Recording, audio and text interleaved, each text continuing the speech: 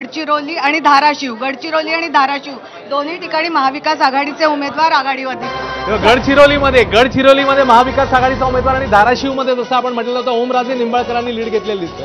त्यामुळे 2-2 महाराष्ट्रामध्ये even battle दिसते. धाराशिव बद्दल मी समीरकडे जाते, पण त्याआधी गडचिरोलीमधनं महाविकास आघाडीवर आहे.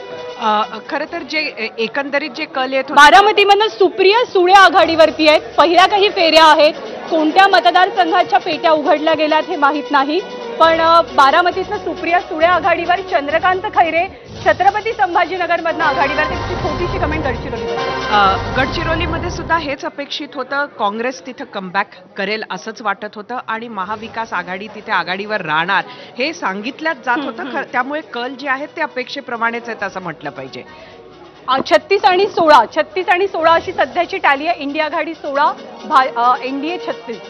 मला असं वाटतं की हे बऱ्यापैकी फार जवळ आहे. आता लवकर आहोत आपण याच्याबद्दल बोलायला, पण निश्चितपणे हे आकडे वाढणार आहे. त्याच्या आमच्या मनामध्ये काही शंका नाही. महाराष्ट्रामध्ये महाविकास आघाडीची गणित कशा तऱ्हेने बघता आगे आगे देखो क्या होता है क्या. आणि अर्थात अश्विन सगळ्यांना इंटरेस्ट आहे तो महाराष्ट्रामध्ये. आपण महाराष्ट्राचे आकडे सांगूया. खरं त्याच्यामुळे अनेक गोष्टी समोर येतात. चंद्रकांत खैरे तिकडे संभाजीनगरमध्ये आघाडीवर, बारामतीमध्ये सुप्रिया सुळे आघाडीवर. भारतीकडे जाऊया, भारतीकडे ताजी माहिती आहे. भारती, ज्या निकालाची सगळेजण वाट बघतात ते कल हाती येतात. नागपुरातनं नितीन गडकरी आघाडीवर आहे आणि बारामतीतनं सुप्रिया सुळे. खूप महत्त्वाचे 2 अपडेट्स आता आपल्याकडे. तेव्हा 2 हाय प्रोफाईल जायंट उमेदवार दोन्ही ठिकाणी आघाडीवर दिसतात. नागपूरमध्ये नितीन गडकरी आणि बारामतीमध्ये सुप्रिया सुळे. पुण्यामधली अपडेट, पुण्यामध्ये मुरलीधर मोहोळ आघाडीवर आहेत. रवींद्र धंगेकर, मुरलीधर मोहोळ, वसंत मोरे अशी तिरंगी लढाई मुरलीधर मोहोळ यांनी आघाडी घेतली.